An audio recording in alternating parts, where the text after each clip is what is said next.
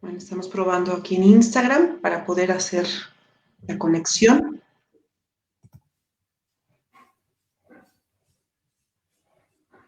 ¿Ya lo tiene activo? Sí, Igual está. que ayer.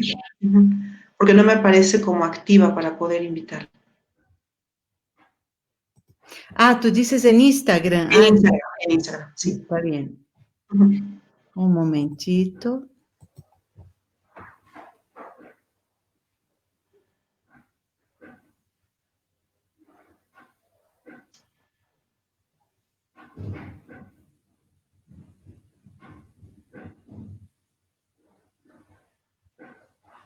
Acá.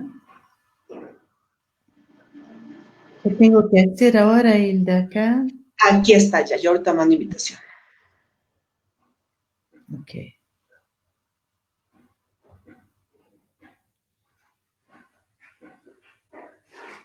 Acá está.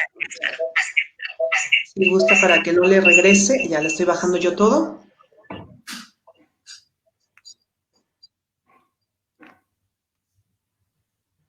Y bueno, pues ahí está. Muy bien. Vamos a esperar un momentito, nada más en lo que se vaya sumando un poquito de gente. Creo que hay que bajarle un poquito más a su volumen, maestra, del teléfono. Pero estoy sin ningún volumen. Nada, nada. Creo que ya se Ahora, solucionó. ahora sí. Sí, sí, sí. Ahí estamos. Estamos esperando a la gente que se está sumando. De repente sí, ¿verdad? Ahí, voy a checar yo también. Hay una cosita de sonido acá. Sobre todo cuando hablo yo. Creo que ya no. Déjame ver.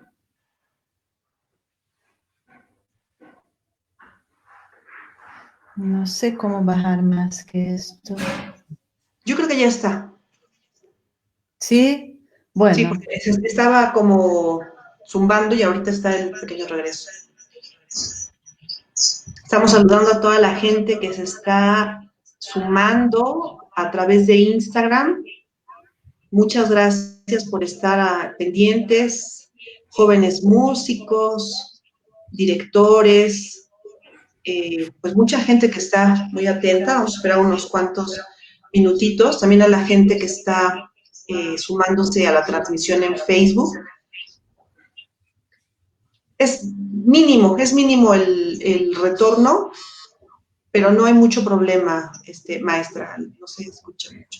No será ahí mismo, es acá, ¿tienes seguridad que es acá? ¿No es mucho qué, perdón? Si tienes seguridad que el sonido es de acá, del mío. No puede ser del mío, pero no lo veo muy complicado, porque le comentaba yo que hay un pequeño regreso, pero Ajá. no es nada fuerte. Así que no se preocupe. Yo bajé todos los sonidos de mi teléfono a 0. Creo que Así. ahorita está bien. Sí, salió, ¿Ah? maestra. Salió usted de Instagram. Perfecto. Bueno. Estamos ultimando detallitos para dar inicio con la entrevista. Les pedimos que nos permitan un momentito, nada más. Ahora, a ver, permítanme para volver a sumarla. Aquí está. ¿Qué cree que no me sale, maestra? Otra vez, se me Vamos a desapareció. concluir. Ok. Ahí está, permítame un segundo. Perfecto. Ahora sí. Creo que sí. Ahí se está. Pues bueno, esperando que no tengamos ningún problema. Ese pequeño regreso tiende a ser un poco molesto, pero no hay mayor problema, maestra, con él en la Bueno. grabación. Pues bueno, agradecerles a las personas que nos están acompañando en Facebook y en Instagram para poder tener una de nuestras series de entrevistas titulada Mujeres dejando huella. Y bueno, pues como mencionábamos en el previo ayer, La semana pasada concluimos con la primera etapa en donde tuvimos a 8 grandes directoras en este proyecto. Y en esta segunda etapa vamos por algunas más, porque además es sorprendente la cantidad de directoras latinas que hay trabajando ya. Y entonces, el día de hoy tenemos el gran gusto de tener con nosotros a una invitada maravillosa, una gran mujer, una excelente directora. Y si me lo permite, maestra, yo quiero compartirle que este proyecto ¿cómo se llama?, que lo organizamos de una manera muy interesante. Curiosamente, hoy en la mañana estaba evaluando y todas las personas alrededor son mujeres. Sí.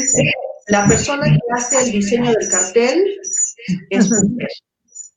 La persona que hace lo que son los videos y toda la publicidad y todo lo demás, también es una mujer. Y nosotros aquí unas mujeres maravillosas, a lo mejor un poco de molestia, pero bueno, al regreso ya está. Entonces, a toda la gente les quiero compartir la dinámica diferente porque estoy segura que van a tener muchas ganas de poder platicar con la maestra, de poder hacerle algunas preguntas y de hecho ella tiene siempre esa disposición. En esta primera etapa en Instagram vamos a tener aproximadamente 50 minutos para después irnos nada más a Facebook y contestar las preguntas o las dudas de la gente que se conecta a través de Facebook. Así que, sin más preámbulos, recibimos, me faltan los aplausos, me falta la fanfarria, maestra, me falta todo, a la grandísima maestra Ligia Amadio. Maestra, bienvenida. Muchas gracias, Hilda. No te falta nada. Eres No. una gran anfitriona, una mujer que habla con una afluencia, con una inteligencia, con una facilidad. Así que estoy muy feliz y honrada de estar acá contigo en esta entrevista, en este tan importante proyecto, Directoras Dejando Huellas. Muchas gracias. No, maestra, gracias a usted por el tiempo, porque sabemos que tiene una agenda muy apretada, nos lo compartió, viene saliendo de otra conferencia y es usted una persona muy querida en el ambiente por ese sentido humano que le caracteriza, ¿no? Aparte de ser un excelente músico. Y bueno, empezamos con una pregunta, maestra, que es algo muy importante, porque queremos conocer más a fondo. Cuéntenos un poco de toda la formación musical de Ligia Amadio. ¿Cómo inicia en la música? ¿Qué es lo que la lleva a la música? ¿En qué momento llega la dirección a su vida? Cuéntenos, maestra, por favor. Bueno, empecé muy tempranamente a estudiar música, con 5 años de edad. Empecé con el piano y estuve muchos años ahí en esto, hasta entrar en la Facultad de Ingeniería. Y entonces, durante el curso de ingeniería, yo tuve que parar con la música porque no daba tiempo, pero entré en el coro de la universidad, empecé a cantar y allí realmente descubrí mi verdadera vocación, ¿no? La vocación de la dirección, que yo ni siquiera sospechaba, no imaginaba, pero como yo tocaba piano y tenía un liderazgo que yo desconocía, luego me aprovecharon para ensayar los grupos, ¿no? De sopranos, contraltos, tenores, bajos. Y bueno, y así me descubrí haciendo una actividad que yo amaba. Yo iba en el horario del almuerzo en la Facultad de Ingeniería. Teníamos 2 horas de almuerzo, de 12 a 2. Teníamos clases de las 8 de la mañana a las 6 de la tarde. Pero en el almuerzo yo iba para el coro de la Universidad de São Paulo y allí me quedaba todos los días, enamoradísima de lo que estaba descubriendo de este mundo. Y entonces, bueno, un bello día, escuchando un concierto en el Teatro Municipal de São Paulo, me quedé tan absolutamente extasiada y emocionada que yo decidí que yo quería vivir el resto de mi vida en este ambiente de la música, dedicada a la música, haciendo lo que fuera posible. No me importaba mucho, no me importaba. Quería estar en el teatro junto con los músicos, escuchándolos, admirándolos, era mi objetivo. Y bueno, y como yo sentía que en la dirección, en la edad que yo tenía, porque al final ya me consideraba una vieja, tenía 20 años. En la edad que yo tenía, yo dije, por mejor que toque piano, nunca voy a llegar a ser una pianista de nivel, ¿no? El nivel que yo pretendía. Tampoco me consideré ni un poco apta para la composición. Nunca estudié seriamente la composición, o sea, pero para mí es un Olimpo de creadores en que yo ni oso poner un piecito así, ¿no? Me parece que es demasiado. Entonces, modestamente elegí la dirección porque me parecía una posición modesta en que yo podría hacer algo con mis deficiencias y con algunas calidades. Fue así que yo fui a la dirección.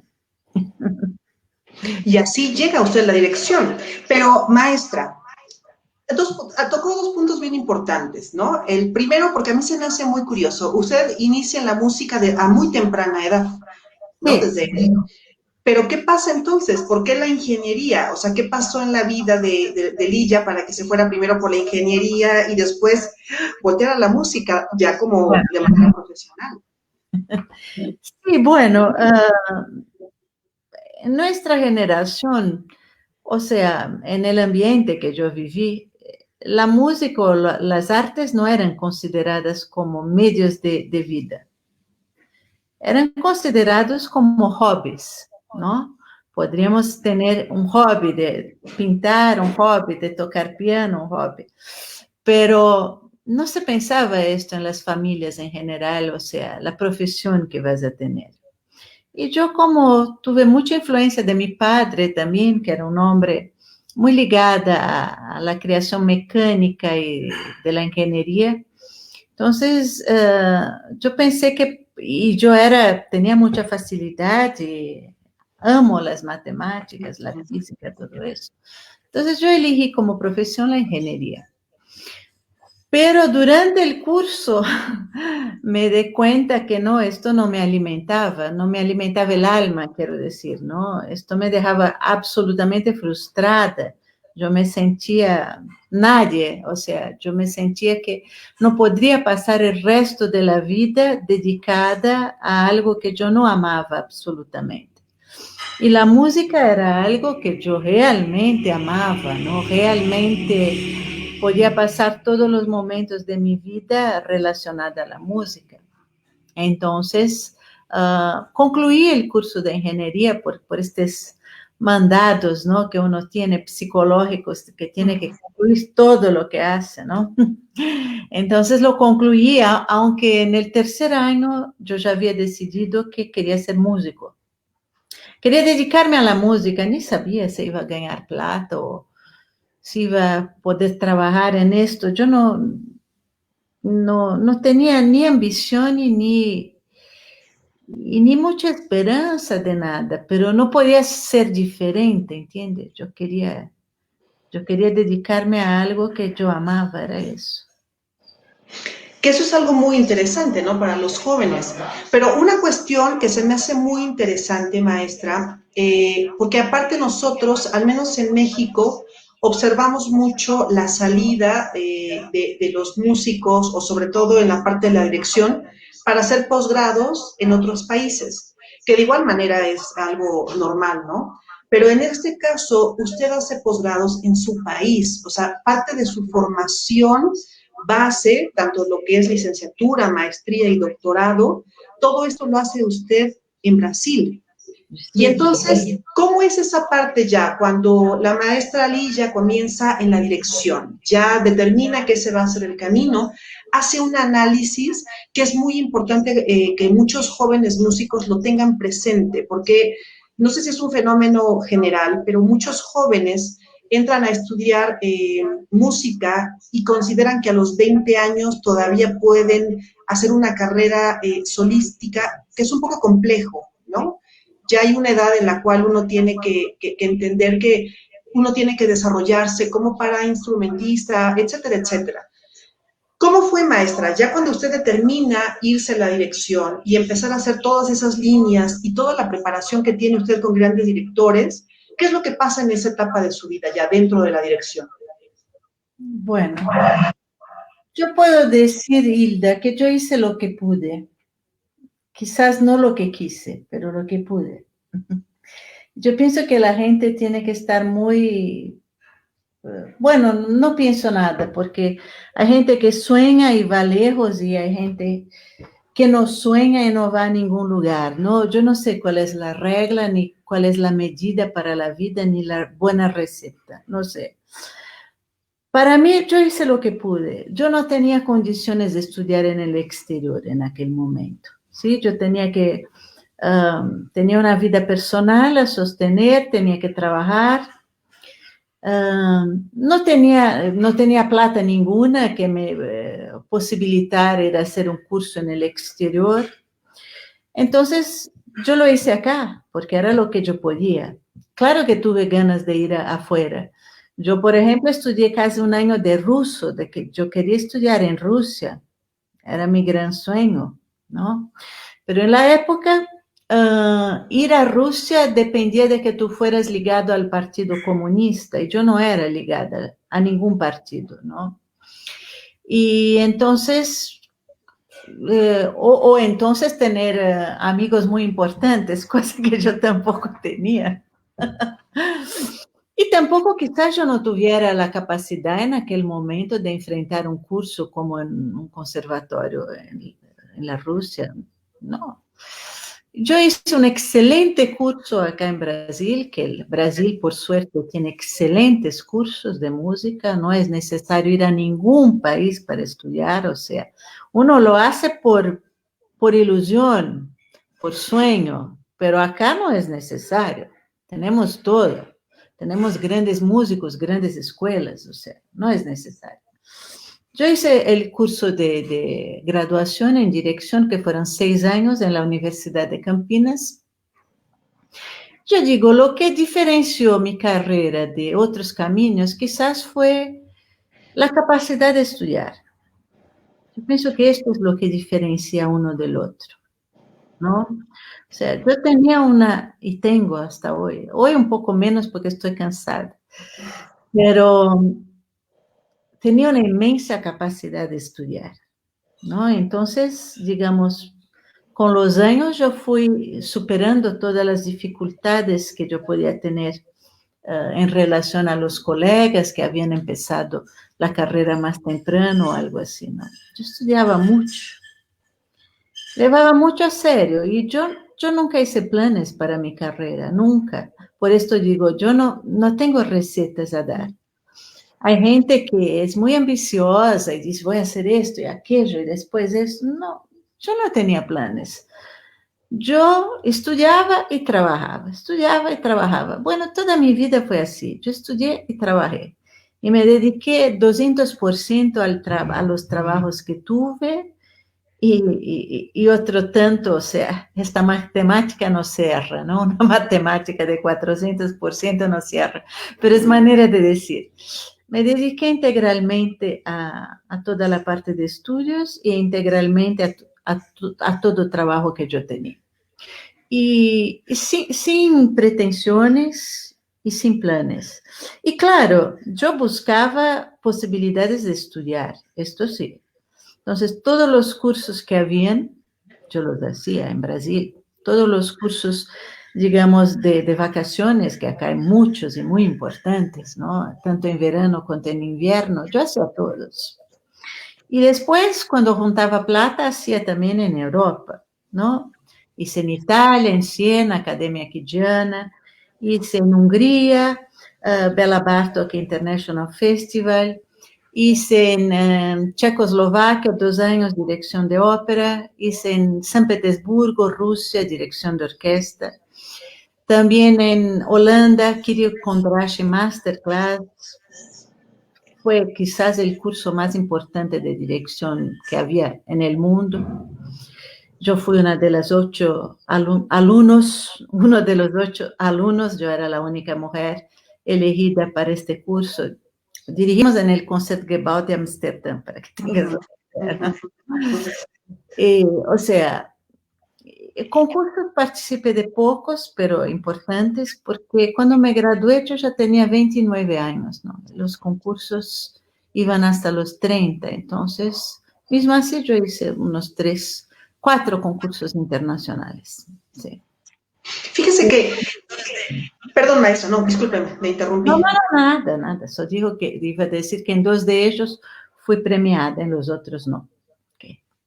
Lo curioso, maestra, es que sin que usted tuviera esa ambición que a veces nos carcome y que a veces nos obstaculiza a nosotros mismos, usted gradualmente hizo lo que seguramente dice que no planeaba, pero ya en un currículum es muy grande lo que usted hizo en cuanto a su preparación.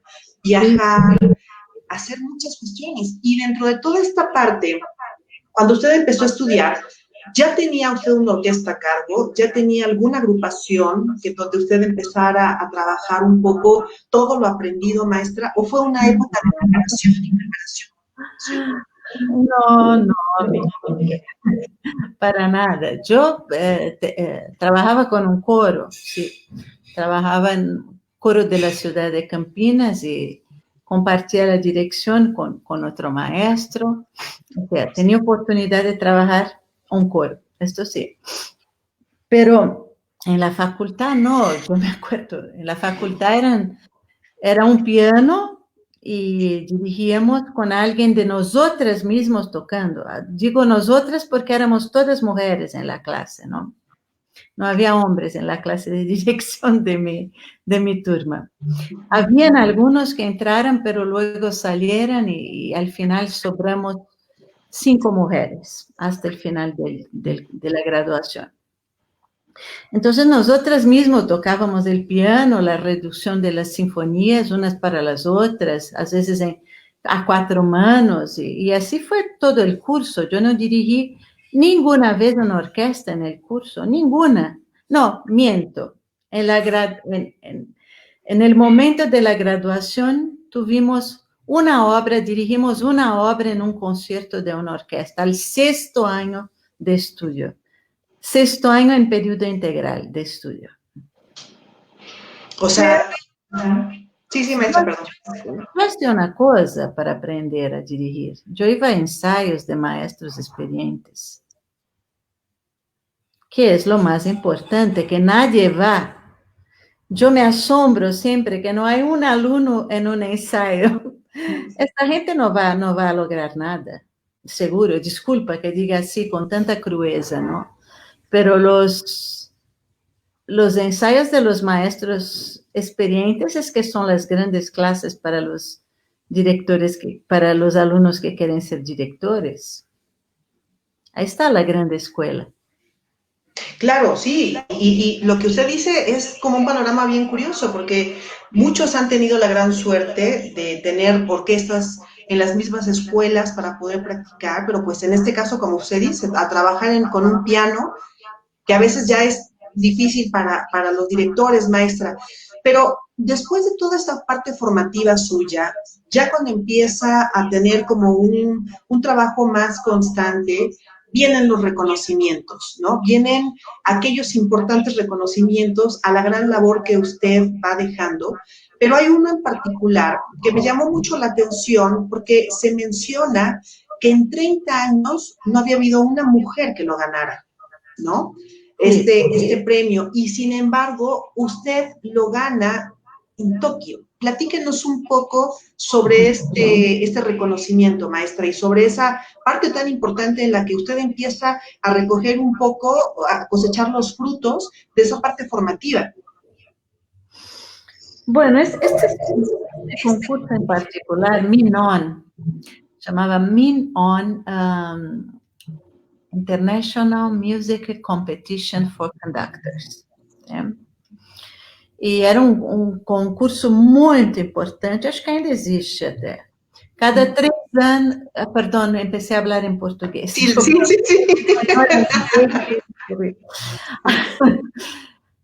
Yo creo que todavía existe este concurso, pero en esta época eran, a cada 3 años había dirección de orquesta como parte del concurso. Los otros años eran piano, qué sé yo, otras cosas.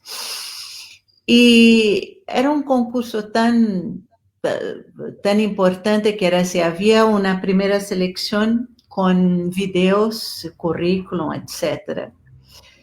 Una vez seleccionados, tú podías elegir 3 lugares en el mundo, uno de los 3, para hacer una segunda prueba.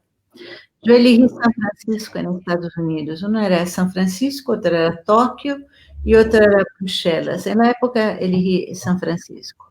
Entonces tú ibas a estos lugares y competías con otros 12, otros 11 concorrentes. Éramos 12. Creo que eran 12 o 16, no me acuerdo. No me acuerdo, perdón. Pero en cada lugar habían como 12 o 16. De ahí sacaban 4, eran 12, eso. Sacaban 4. 4 de Bruselas, 4 de San Francisco y 4 de Tokio. Y 6 meses después, esos 4 de cada lugar íbamos a Tokio, ¿no? Y ahí hacíamos una serie de pruebas con varias orquestas. Dirigíamos varias orquestas. Y bueno, este concurso, entonces, yo recibí una mención de honor, ¿no? No hubo primer premio, hubo segundo y tercer premio, y yo recibí como el cuarto premio, digamos así, ¿no? La mención de honor. Quedé como finalista, o sea, entre los últimos 6 hubo un segundo, un tercero y yo mención de honor, y los otros 3 no recibieron nada, ¿no? Entonces, supe que fui la primera mujer que recibió un premio en 30 años del concurso internacional de Tokio. Era así. Y esta mención, maestra, esta mención honorífica que le dan a usted, ¿bajo qué argumentos? O sea, me refiero, ¿cuáles eran las líneas de calificar? ¿Qué obra llevó usted a este concurso? Eran muchas pruebas, eran muchas obras. Ahora me acuerdo solo de las obras de libre elección y fue un aprendizaje muy interesante para mí porque el presidente del jurado al final del concurso me llamó para hablarme y dijo que yo solamente no había ganado el concurso por las obras que yo elegí. Entonces yo había elegido el cuarto movimiento de la primera sinfonía de Brahms y el segundo movimiento de la quinta sinfonía de Tchaikovsky. Pero que son movimientos muy difíciles de dirigir, ¿no?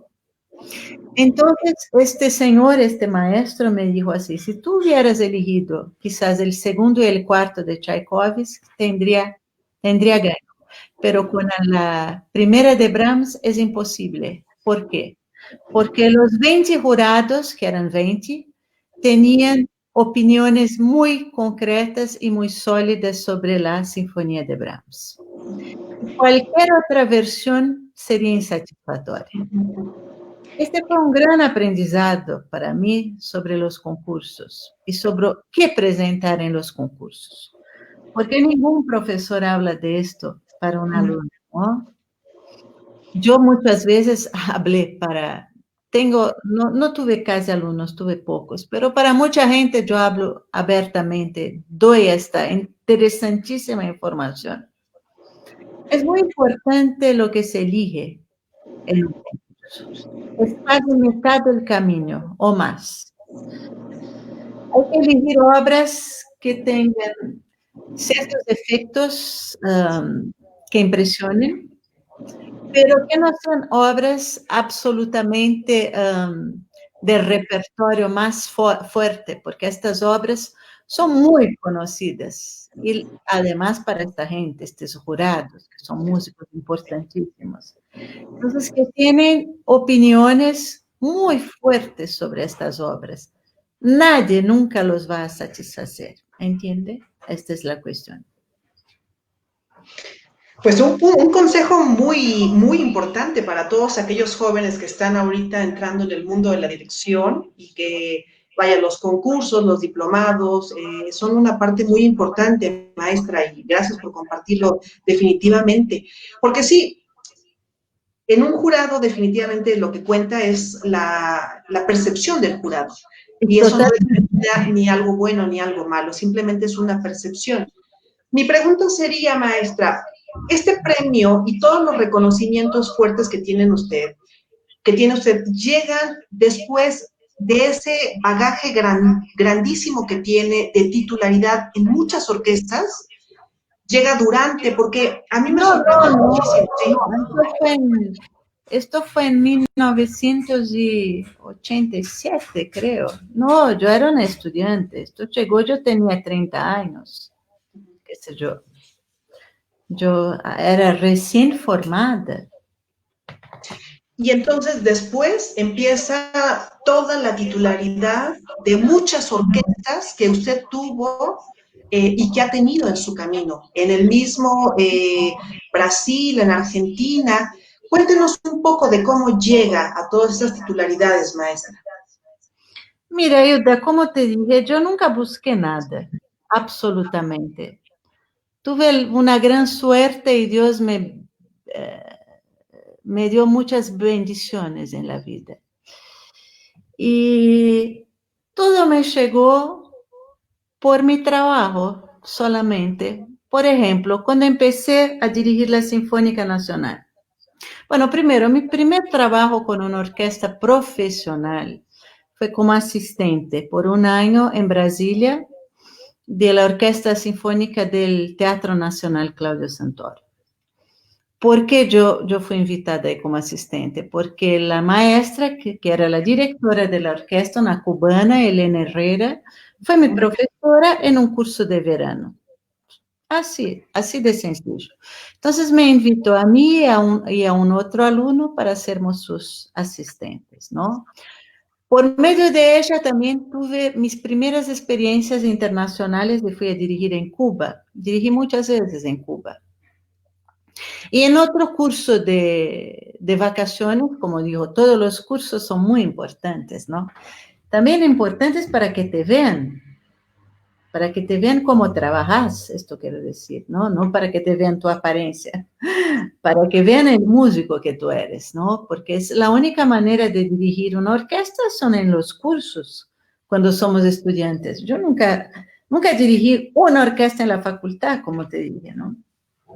Entonces, en un curso de vacaciones en Poços de Caldas, que es una ciudad del interior de Brasil, un día yo estaba caminando y una señora me llama y dice, garota, ven aquí, garota. Eu era uma garota, realmente. Ela diz, mi marido dirige a Orquesta Sinfônica Nacional em Rio. E ele está querendo invitar jovens diretores para, eu te vi dirigindo, tu eres muito talentosa, queremos que dirija a Orquesta Sinfônica Nacional. Bueno, yo súper entusiasmada le di mi teléfono. En esta época creo que ni había email. no había, era teléfono. Entonces, ella efectivamente, después de unos 2 meses, me telefona y me invita. Bueno, y yo feliz de la vida, ¿no? Ni había caché, era una cosa así absolutamente gratuita. Pero después de un tiempo me llama de nuevo y dice, mira, mi marido perdió a la orquesta y no te podemos invitar. Siento mucho. Yo olvidé de esto, seguí mi trabajo en el conservatorio, dando clases, dirigiendo mi orquestita de alumnos que yo formé en el conservatorio. Y 4 años después ella me llama de nuevo.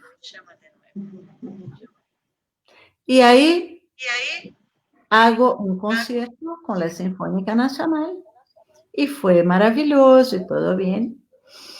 Cuando un año después el maestro es echado de la orquesta, los músicos me llaman y dicen, mira, nosotros hicimos una votación y tú fuiste votada como uno de los 3 nombres para ser titular de la orquesta. Pero entre ellos, tú eres la más inexperiente. Entonces, invitaron a un señor, director, que era mucho más experiente que yo. Y yo, muy agradecida, me olvidé del tema, de nuevo. Un año más tarde me llaman de nuevo. Mira, ya pasaron 6 años desde el primer acontecimiento que te conté. Un año más tarde me llaman y dicen, mira, este maestro que se tornó titular se fue, no sigue. Y queremos saber si tú tienes interés en ser nuestra directora titular. Y yo ahí ya tenía 33 años, ¿no? O sea, la primera vez que me vieron tenía 27, 26 en el curso. Y ahí tenía 33. Y ahí me torné directora titular de la Orquesta Sinfónica Nacional. Y me quedé 12 años ahí. Y de ahí para adelante fue siempre así. Me viene a dirigir en algún lugar y me llamaban. La primera vez que dirigí en el Colón fue porque gané un concurso en Chile de dirección de orquesta, ahí gané el primer premio. Y en el concurso de premiación había un director argentino que estaba asistiendo, yo ni sabía, supe muchos años después. Y este director argentino se tornó director de la Orquesta Filarmónica de Buenos Aires. Y él ganó el cargo y tenía que hacer una temporada en un mes, que en el Colón es así, las cosas cambian de un día a otro. Entonces él se acordó de mí y me llamó, yo ni lo conocía. Entonces fui a dirigir un mes después en el Teatro Colón. Cuando llegué a dirigir, este señor ya lo habían echado, no era más el director, yo ni siquiera lo conocía allí. Pero de ahí empecé una parcería con la Filarmónica de Buenos Aires, que durante 5 años los dirigía como 3 veces al año. Y inclusive en un año me votaron para ser directora titular de la orquesta. A mí y al maestro Francisco Rettig. En la época, la dirección general del Teatro Colón no aceptó que nadie fuera director titular. Pero así, entiende, o sea, uno va, hace su trabajo bien hecho. Alguien te asiste.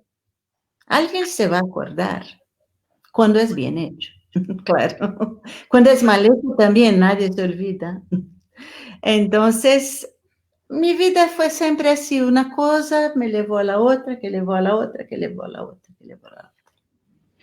Que usted lo cuenta de una manera resumida, porque en una frase se dice de 26 años a 33, que la primera vez le dijeron que no tenía experiencia y luego llega, decirlo es bien corto.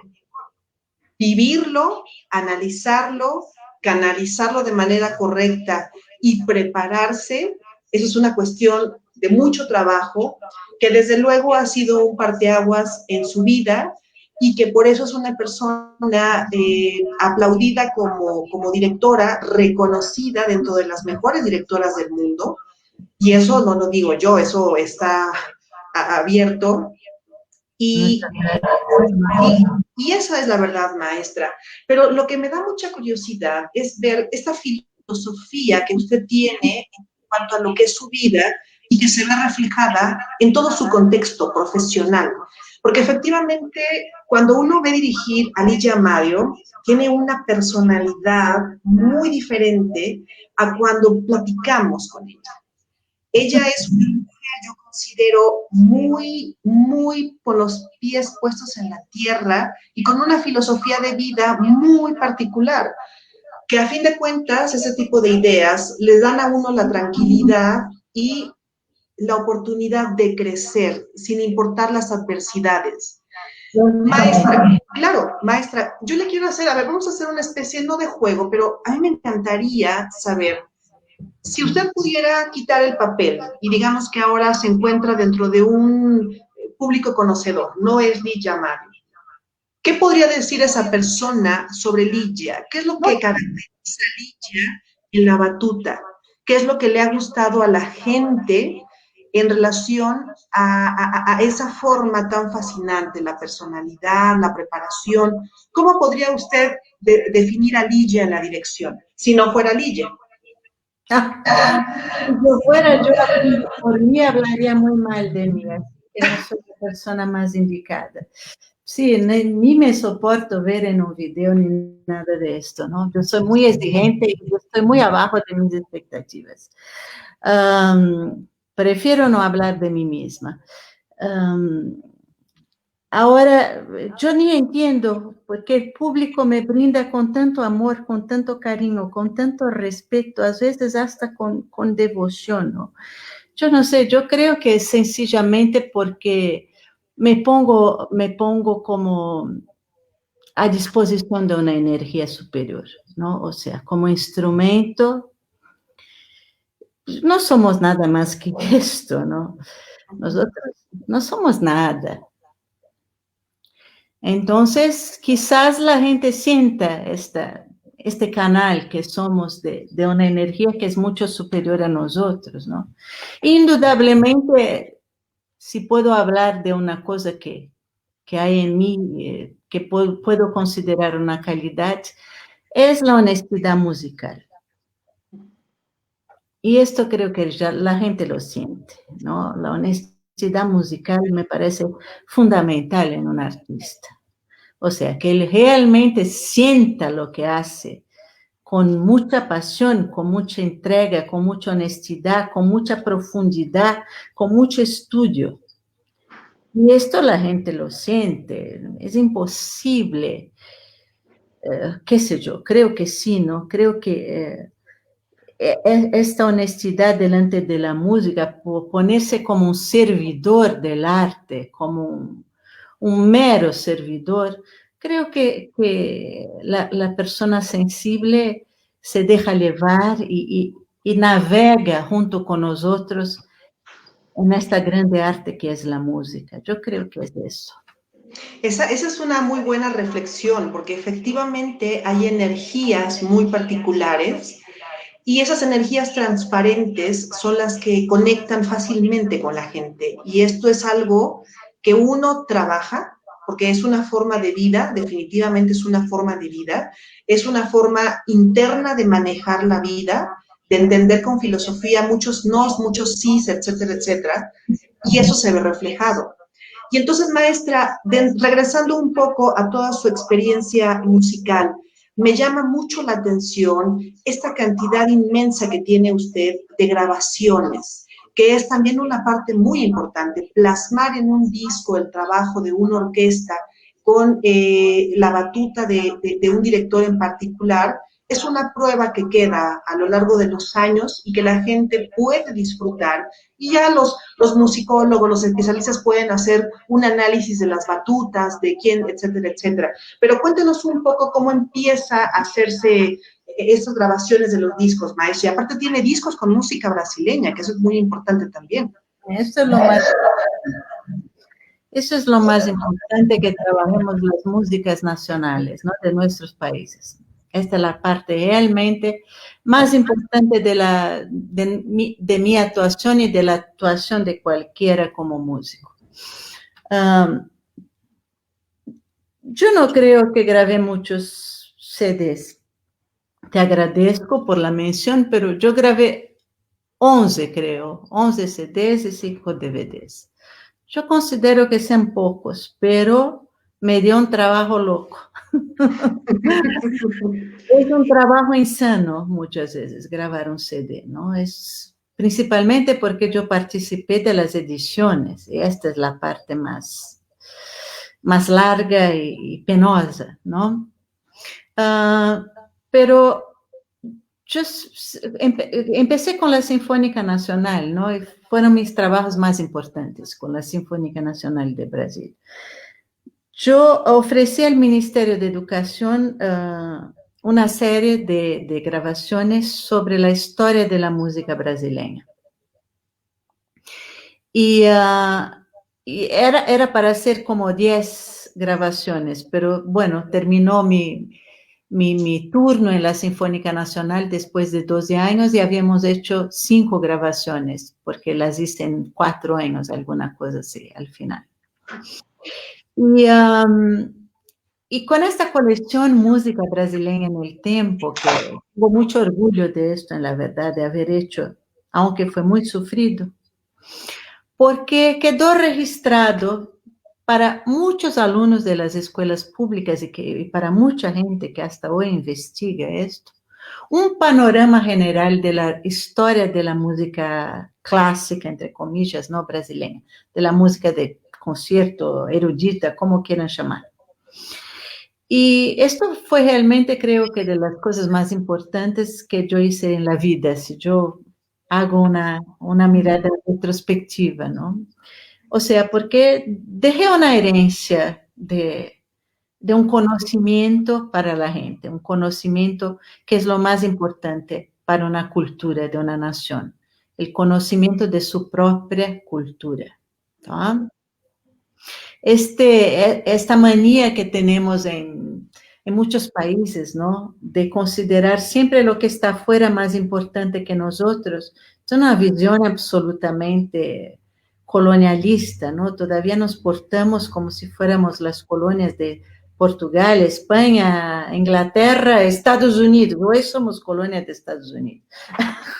Entonces, es ridículo, es ridículo. Tenemos realmente que valorar la música de nuestras naciones. Esto es lo más importante que podemos hacer en nuestra vida musical. Valorarla significa interpretarla, significa grabarla, estudiarla, hacer tesis sobre eso. Es lo más importante que podemos hacer. Fíjese que sí, y es un punto como de mucho debate, porque recuerdo muchísimo en una plática que tuve con el maestro Arturo Márquez, y en algún momento lo mencioné, y él hablábamos específicamente sobre el fenómeno Venezuela en relación a este virtuosismo de los jóvenes en cuestiones interpretativas, ¿no? Y la agilidad, etcétera, etcétera. Y desde luego hay muchas opiniones en relación a un sistema muy bien organizado desde la formación, etcétera, etcétera. Pero él comentaba que las características de su música folclórica los llevaban a tener ciertas agilidades en cuestiones rítmicas muy particulares, ¿no? Que se me hizo algo que seguramente todo el mundo sabe de manera natural, pero como que lo entendí desde una perspectiva muy diferente y entonces comprendí más a fondo, en el caso muy particular de él, cómo se involucra en toda la música típica de nuestro país para tomar danzas y hacer orquestaciones. Y entonces él escucha muchísimo lo que hay en el país, la esencia. Y sí es un tema de debate el darse cuenta que hay autoridades de los cuales a veces se dependen algunas organizaciones orquestales que sigan no defendiendo, pero no dándole ese lugar que corresponde a los compositores naturales de ese país y también a los nuevos a los nuevos compositores que a veces no tienen. Y eso es muy importante, maestra. Yo quisiera preguntarle a usted sobre este tema, aunque lo acaba de mencionar, pero me gustaría volver a preguntárselo. Como una directora titular, con esta posibilidad de poder programar las obras en una temporada, ¿qué tanta libertad hay en el criterio de poder elegir la música del país, ¿no? Del país propio? Hay total. Depende totalmente de las decisiones. O sea, yo no creo en excusas que dicen, el público. No, el público puede ser educado, puede y debe, para eso estamos, ¿no? Entonces, por ejemplo, yo en los países que trabajo, yo divulgo la música nacional. Ahora estoy en Uruguay, entonces yo hago todo lo que puedo por la música de Uruguay, pero todo. Grabaciones, interpretaciones, difusión, todo, ¿tá? Esta es mi obligación como líder musical de este país, independiente de mi nacionalidad. Antecesores míos, que eran franceses, argentinos, no hacían una obra uruguaya en sus programaciones. Entonces, ¿qué respeto tenían por el país para el cual trabajaban? Ninguno, ¿no? Entonces, a mí me parece fundamental. Obviamente, hay que programar de manera inteligente para que el público venga, ¿no? Esta gente que hace toda una serie solo de música latinoamericana, El público no está acostumbrado. El público quiere asistir Beethoven, Tchaikovsky, Brahms, qué sé yo. Entonces, lo que hay que hacer, hay que darles el Beethoven, el Tchaikovsky, el Brahms, junto con los compositores nacionales. Entonces, hay que programar siempre mezclando las cosas, ¿tá? O sea, ofrecer y poco a poco la gente va apreciando y va conociendo y va diciendo, wow, esto es nuestro, qué orgullo. ¿Mm? Esa es una parte importante que tenemos como músicos, maestra. Perdón, la interrumpí, quería decir algo más, No, perdón. no, no, es esto, ya hablé todo, sí. Sí, definitivamente, maestra. Yo también estoy muy a favor y creo que con las directoras que hemos tenido una entrevista coincidimos en lo mismo y de alguna manera están involucradas también de diferente manera a poder colocar en alto la música propia, ¿no? Tan es así, por ejemplo, la maestra Gina Enríquez, que estuvo con nosotros, que aparte de ser directora es una excelente compositora y que está trabajando y que tiene obras muy hermosas. Entonces, creo que es muy importante tocar este punto, maestra, porque hace falta un poco de sensibilidad. Y esto va ligado a la siguiente pregunta que le quiero hacer. Pero bueno, yo quiero comentarle a la gente de Instagram que tenemos contemplado cortar la transmisión a los 50 minutos, pero creo que está muy interesante la plática. El Instagram nos da un espacio un poco más para poder estar y vamos a continuar para que cuando termine la transmisión, bueno, pues nos podamos pasar al Facebook y no dejar a la gente que además mucha gente se está uniendo a la transmisión de Instagram, mucha gente que le manda saludos cariñosos, directoras.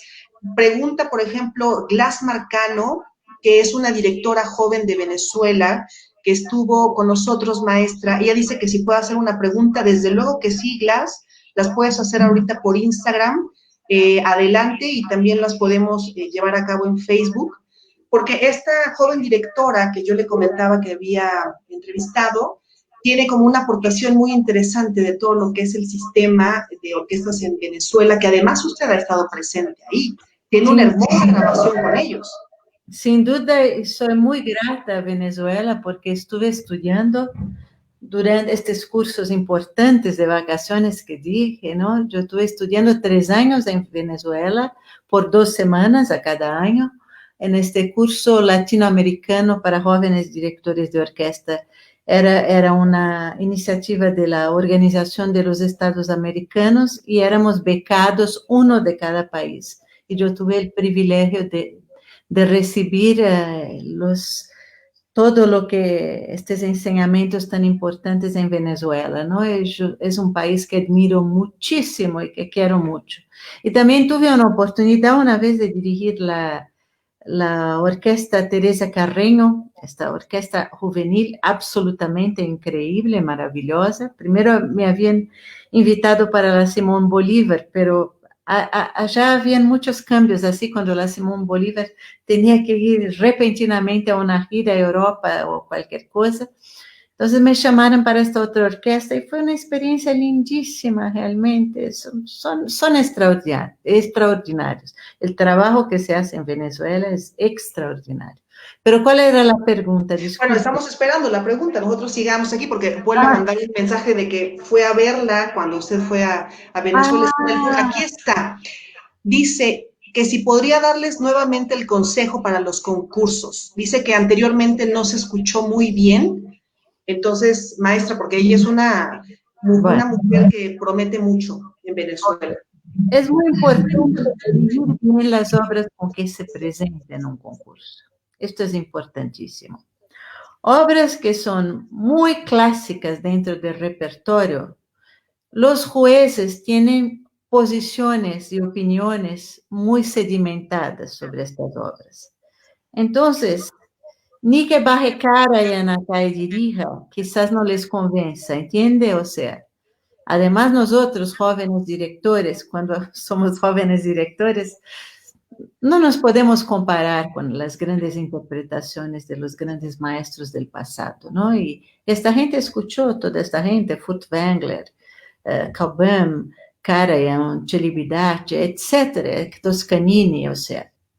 Y las referencias que ellos tienen son de estos compositores, sobre las sinfonías de Brahms, las sinfonías de Beethoven, las sinfonías, qué sé yo, de tantos, de Schubert, de Mendelssohn. Entonces, hay que elegir siempre obras que no sean tan clásicas en el sentido de que los grandes maestros las grabaran, todos las conocen y tienen sus versiones propias dentro de su corazón. Hay que elegir obras que muestren su dominio, su excelencia técnica, su expresividad, pero que estén un poco en la periferia de este grande repertorio internacional básico, ¿entiendes? Es esto. Bueno, pues ahí está la respuesta, maestra, que esperemos que sea de utilidad, porque efectivamente hay muchos jóvenes que se están sumando, jóvenes estudiantes de dirección, que desde luego, pues bueno, un consejo de una persona como usted es muy apreciado, maestra. Y regresando un poco a nuestra entrevista, me gustaría empezar a entrar, sobre todo porque quiero llegar a mencionar un poquito más adelante y hablarlo más a profundidad sobre el simposio. Pero yo quisiera hacerle dos preguntas antes, maestra. La primera pregunta es un poco delicada, pero es importante mencionarlo. En la antigüedad, quienes determinaban el papel que tenía un compositor o un intérprete eran los reyes, los mecenas propiamente de los músicos. En este caso, cuando una orquesta depende de una institución, llámese gubernamental, etcétera, tiene también que cubrir ciertas expectativas, desde luego. Eso se entiende y no es por ahí la pregunta. ¿Qué papel considera usted que juega una autoridad en el ámbito político, sobre todo en la cultura, para el desarrollo musical de un país? Yo sé que la respuesta es lógica y todo el mundo la puede saber, pero me encantaría escuchar la maestra de su opinión. Bueno, los políticos evidentemente juegan un gran papel en todas las áreas, ¿no? Tanto para bien cuanto para mal. Entonces, digamos, un buen político tiene un instrumento en las manos que es muy poderoso. Él puede hacer en los años que está a frente de una secretaría, en fin, de un cargo, y puede hacer mucho por su país, ¿no? ¿Qué papel juegan? Depende de cada uno. Y depende de nosotros convencerlos también de que una cosa es importante o prioritaria. Porque la mayor parte de ellos, o en general, no tienen formación en nuestra área. Entonces también hay que enseñar a las personas, ¿no? Hay que enseñar, hay que dialogar, hay que negociar, hay que explicar. Y ni siempre somos bien sucedidos en esto. Claro, caímos en oídos sordos, en oídos que no nos oyen.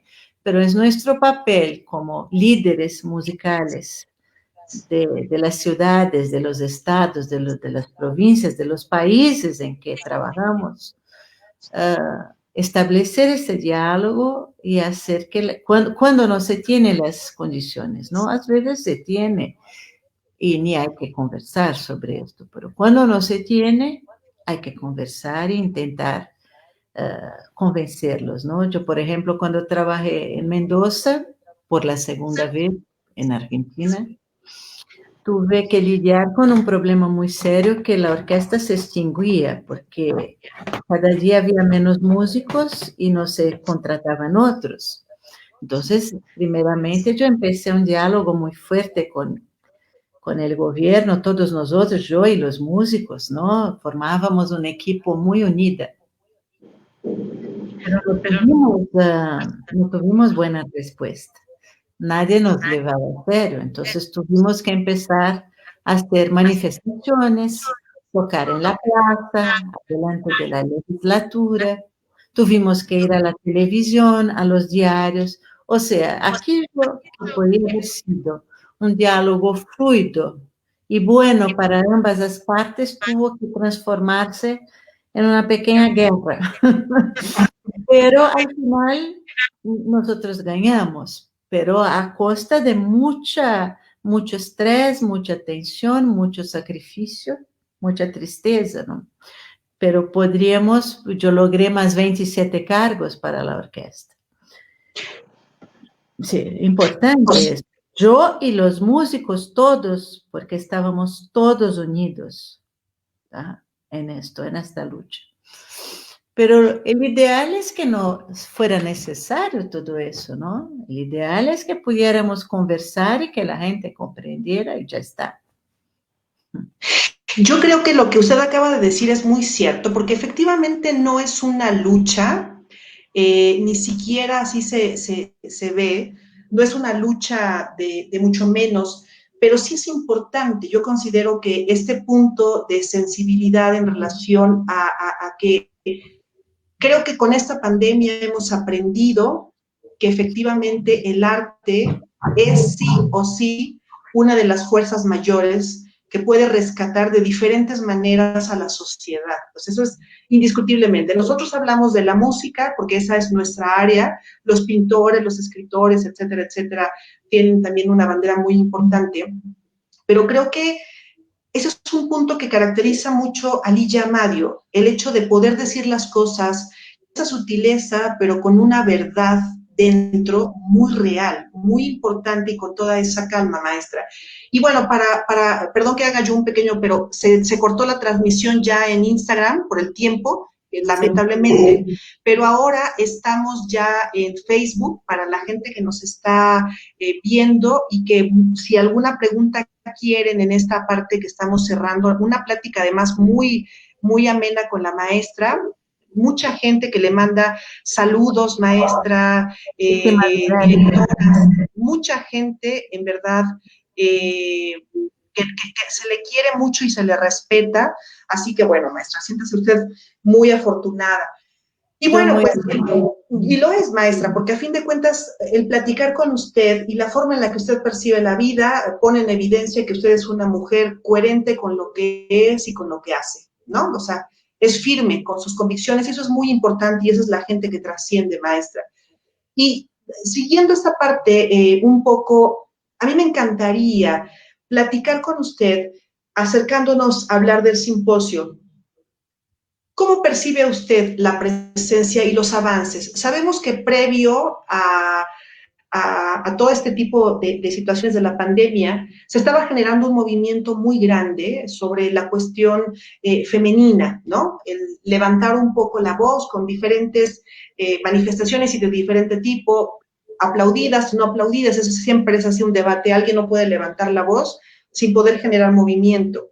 En el ámbito cultural, efectivamente en la dirección, ¿cómo percibe usted los avances, maestra, que se han dado? ¿Existen todavía? Falta mucho por hacer, desde luego. Platíquenos un poco sobre su percepción, maestra. Hay muchos, maestra, muchísimos. Todavía hay un eco muy grande ahí, ¿no? Ahora paró. Sí, no, yo la escucho muy bien, maestra, sí. Yo pienso que, yo veo y todos nosotros podemos ver que hay muchas mujeres más dirigiendo hoy, y así como músicas en la orquesta. Todavía la área más discriminada todavía son las compositoras mujeres, ¿no? Es la área más realmente sufrida de todas, ¿no? Las directoras poco a poco van entrando y las musicistas hace mucho que ya están en las orquestas. Creo que ahora hay un movimiento que no va más para atrás, o sea, solamente va para adelante.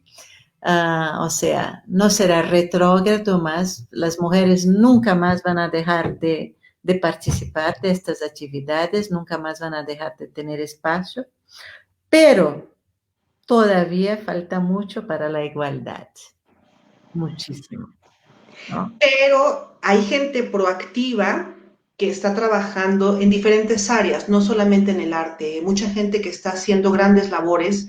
Y en este caso, maestra, usted inicia un movimiento muy interesante que es la creación de un simposio donde reúne a directoras para poder tener un poco de voz y empezar a sumar experiencias. bueno, hace 2 años que inicia este proyecto. 4 años. Perdón, 4 años, ya con la reunión como tal. Pero bueno, platíquenos, maestra, sobre cuál es el objetivo, cómo surge esta idea, cómo nace la idea de poder, como yo le digo, darle voz de manera ordenada a las mujeres en esta área. Bueno, la verdad nació de más una discriminación. O sea, fue en 2016, 2015. Ni me acuerdo lo que me pasó, pero yo me comuniqué con algunas colegas directoras como yo en Brasil, tres colegas, amigas, y les comenté lo que me había pasado y les pregunté, ¿a ustedes también pasa lo mismo en su vida profesional? Y las tres dijeron que sí. Y entonces yo dije, ¿por qué no nos reunimos y conversamos un poco y quién sabe inventamos algo para hacer que reúna a otras directoras y veamos lo que pasa en el medio de la música, ¿no? Con las directoras de coro, de orquesta, de lo que sea. Bueno, en principio pensé solo en las directoras de orquesta y de banda. Y entonces juntas con estas tres colegas, Erika Hendrickson, Vânia Pajares y Cláudia Feres, todas de aquí de São Paulo, y organizamos el primer simposio internacional Mujeres Directoras, Mulheres Regentes en portugués, Women Conductors. Y tuvimos la participación de cerca de 100 directoras. Tuvimos participación de directoras de 12 países distintos y directoras de orquesta, de coro, de banda, de musicales, de ópera, de todo. Y fue maravilloso, realmente, fue maravilloso. En este simposio pudimos contar con la participación de Mary Naushop, que es una de las directoras, ella sí, más importantes del mundo.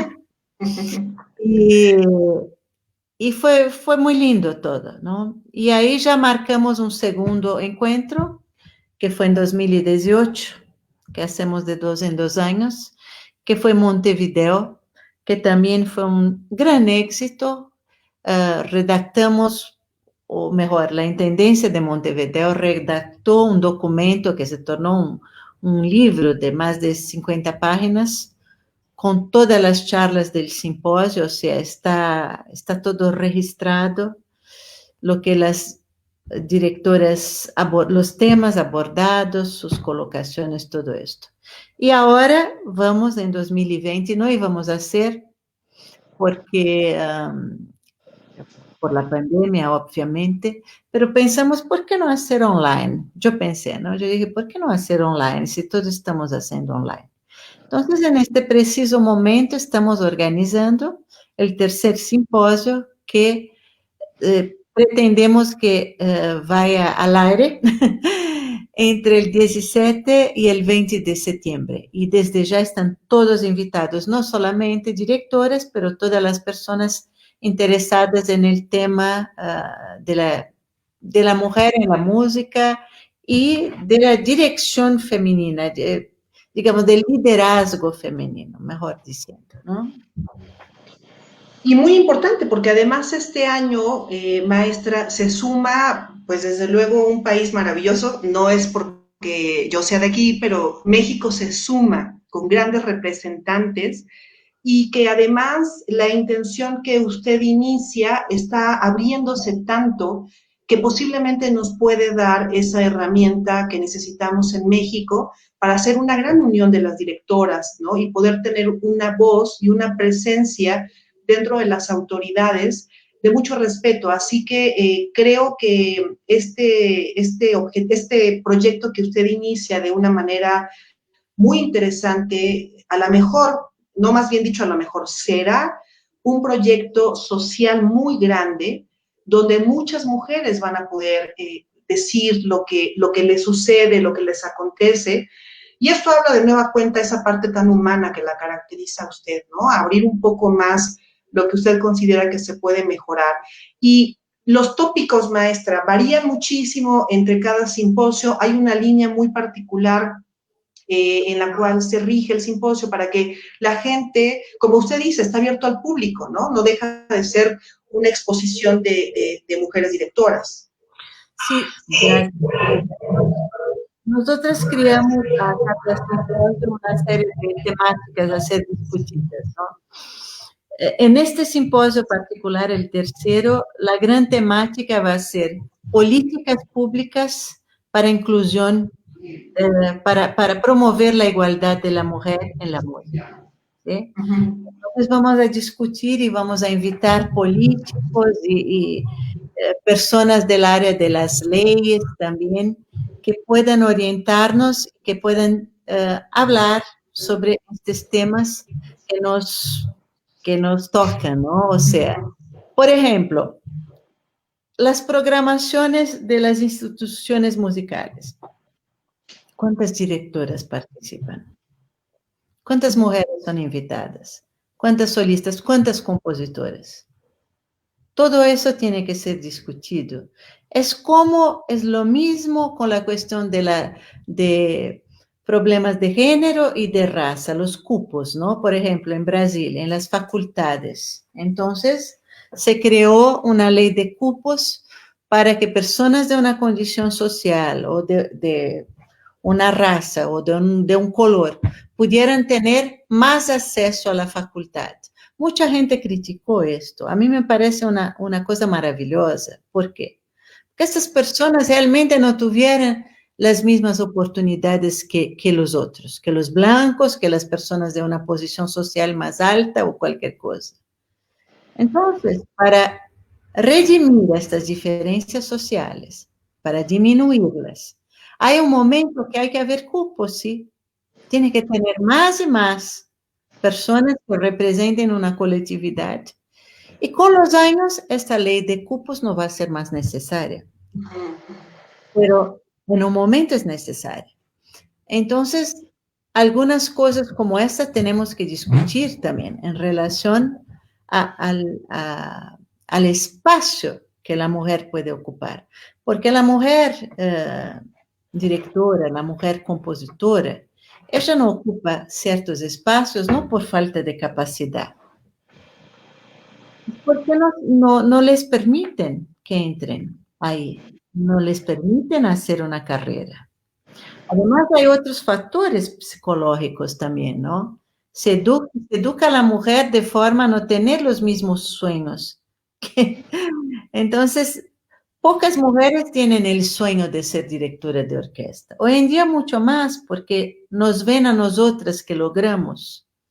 Y ellos dicen, wow, es posible, hay una acá, hay una otra. Yo misma, cuando yo era estudiante, yo veía a Elena Herrera, la cubana maravillosa, y veía a Verónica Dudarova, una rusa increíble que venía con la Orquesta Estatal de Moscú a Brasil. Vino varias veces. Entonces, ellas eran para mí referentes, eran pruebas de que se podía ser, llegar a ser una profesional de la dirección de orquesta siendo mujer.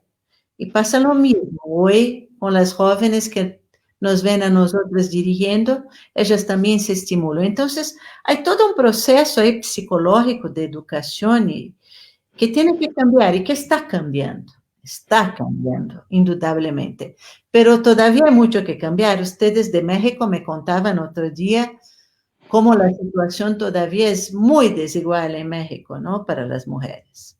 Entonces, hay que concientizar a la gente, hay que concientizar a los directores de orquesta que tienen que dar más espacio para mujeres compositoras, mujeres directoras, etc. Es esto. Esto es lo mínimo que podemos hacer en nuestro movimiento, ¿no? Nuestro movimiento también da visibilidad a la cuestión. Y esto es importante. Porque cuando se torna visible la cuestión, nadie puede decir, ah, no sabía, ah, verdad, no hay. No, nadie puede decir. Fíjese que bueno, estamos ya prácticamente cerrando, maestra, pero está muy interesante esta temática porque lo mencioné desde un principio, el contexto de las entrevistas no tiene ninguna mala intención de colocar abajo a alguien y arriba a alguien. No, es colocar de manera ordenada y aplaudir el esfuerzo específicamente de las mujeres, así de sencillo, sin colocar a nadie abajo. Simplemente es darle un aplauso muy merecedor a las mujeres que están haciendo una gran labor y que muchas de ellas lo están haciendo de una manera muy seria, que han tenido que alejarse de sus países, que han tenido, inclusive, no es exclusivo de una mujer, yo te entiendo que también los hombres lo hacen, pero las mujeres han tenido también que ceder un poco esta parte de personal para poder realizar, ¿no? Entonces está cambiando mucha estructura y a pesar de que dicen que, se lo comentaba a usted, un comentario que me decían que por qué no entrevistaba a hombres directores, ¿no?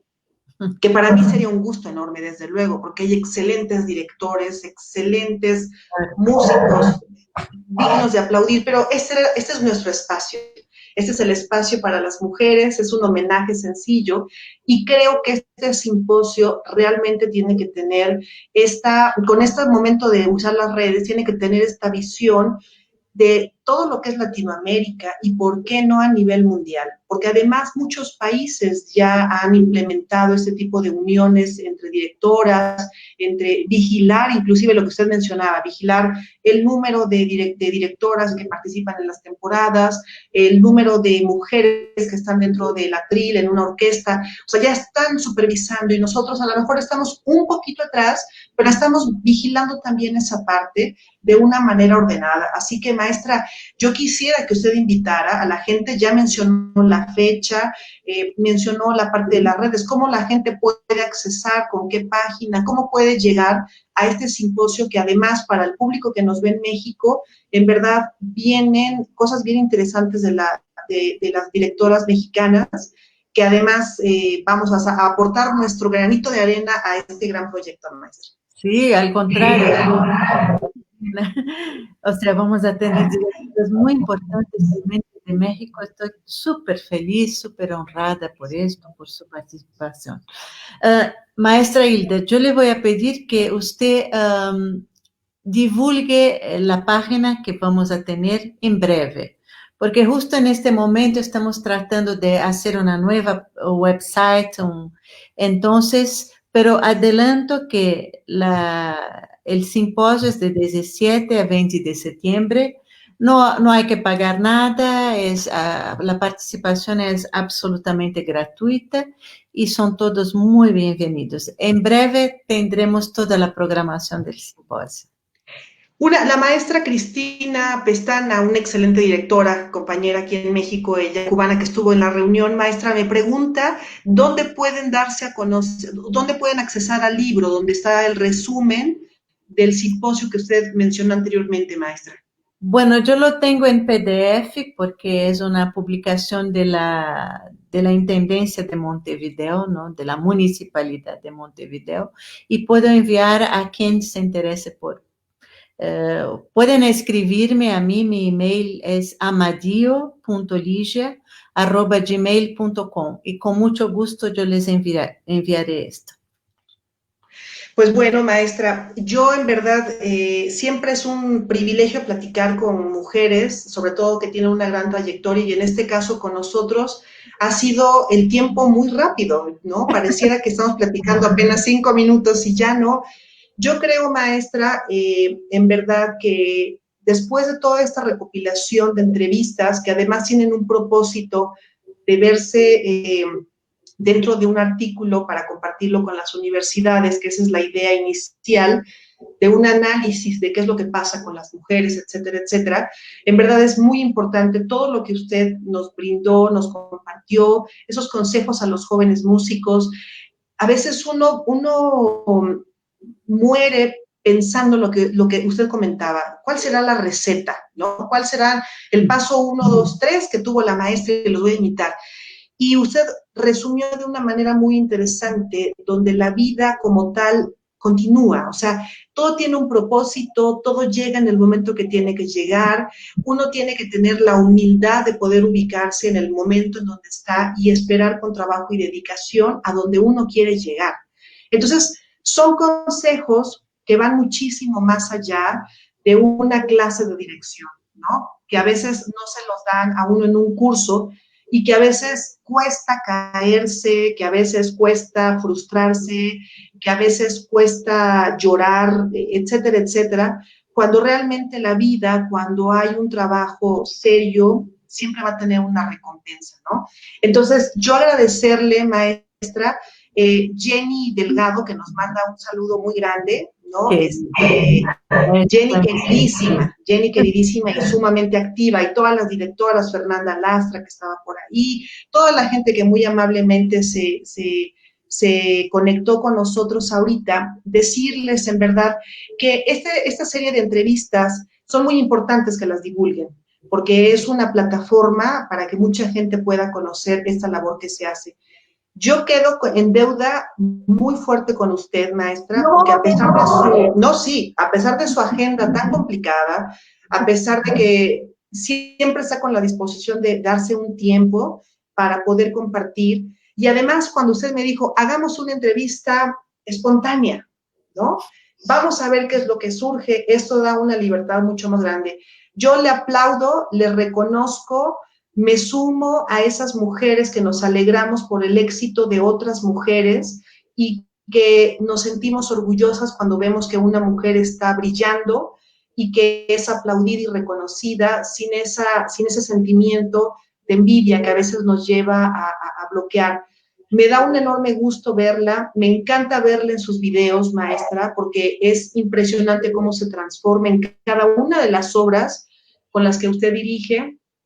La considero muy cercana al ser una mujer latina y sobre todo ese gran corazón que tiene de no cerrar lo vivido para poder compartirlo y a lo mejor facilitarle el camino a muchos jóvenes que vienen atrás y que están abriendo camino.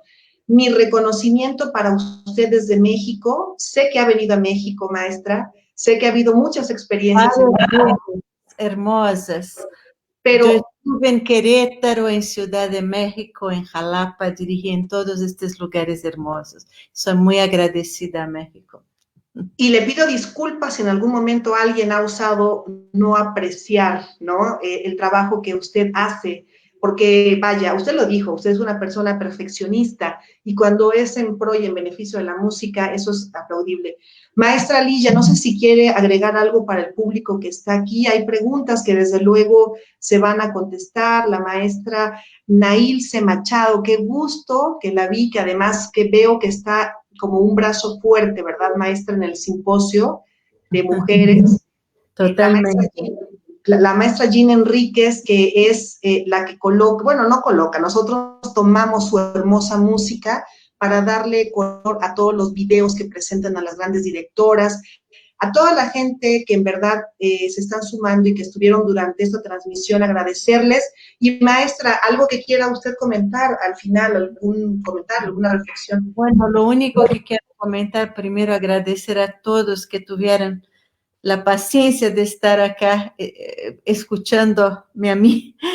A ti es un placer escuchar, Hilda, es otra cosa. Y quería decir que todo esto que tú has hablado de mí, Hilda, yo puedo decir lo mismo de ti, ¿no? Yo pienso que tú eres tan generosa que realmente tú tienes esta capacidad de reconocer en el otro las mayores maravillas, mismo que uno no se reconozca en sí mismo así. Pero tu generosidad es grandiosa. Y esto prueba que tú eres una gran líder, seguramente. Una gran líder como maestra, como mujer, y por este trabajo extraordinario que haces con Directoras Dejando Huellas. Mi reconocimiento es para ti y estoy muy honrada de que tú empieces a ser parte de este movimiento Mujeres Directoras, que ya es, yo no digo mundial porque no está en todos los países, pero es internacional y muchos países están integrados. Y tú vas a ser una gran líder de la parte de México. Y te agradezco mucho. Y líder no en el sentido de estar arriba o abajo de tus colegas, pero con este trabajo agregador que tú tienes. Y, como decís, estás feliz con el suceso del otro. O sea, tú estás sumando, no estás disminuyendo a nadie. Y esto te torna una líder. Brava, querida. Te agradezco mucho por todo. Maestra, ¿qué le puedo decir? Que no se me salieron las lágrimas porque las contuve. Pero yo también, maestra, ya que estamos en este momento de una atmósfera como muy hermosa, yo sí quisiera aprovechar este momento en el que estamos usted y yo para invitar a todas aquellas mujeres de diferentes áreas, no importa nada más de la cultura, de la música, a darse la mano, ¿no? A veces escuchamos sobre estas dificultades en las que todo mundo, hombres y mujeres, se atraviesan en la vida cotidiana, pero siempre se saber de una mujer que obstaculiza el trabajo de otra mujer. Eso es muy triste. Entonces, efectivamente, lo que usted dice es muy cierto. Esta manera de dar un homenaje es invertir lo que a veces uno vive para que se pueda cambiar una atmósfera donde no exista una diferencia mujer-hombre, sino simplemente se reconozca el trabajo independientemente. Que se deje de decir que una directora dirige bien porque tiene una batuta como hombre. Eso es muy importante, sin ser feminista ni mucho menos. Pero en verdad, maestra, créame que si yo la admiraba anteriormente por toda su trayectoria, después de platicar con usted y de conocer esta parte interna humana, mi admiración va muchísimo más allá y cuente conmigo en relación a poder hacer esta unión de muchas mujeres que estamos en México y que estamos ansiosas de poder unirnos para ser un poco más escuchadas. Maestra Ligia, un placer enorme. Nos vamos a ver muy pronto. Hay muchas, bueno, las preguntas las iremos contestando de manera general con todo el respeto. Invitarlos también para que vean el canal de YouTube en donde están todas las entrevistas que se han hecho anteriormente. Y un aplauso y reconocimiento para usted, maestra, y que ahora en el reinicio que tiene la semana que viene el Uruguay en la orquesta, sea todo un éxito y que la gente voltee a ver muchísimo más allá, maestra. Muchísimas gracias. Igualmente, Linda. Muchas gracias por todo. Brava.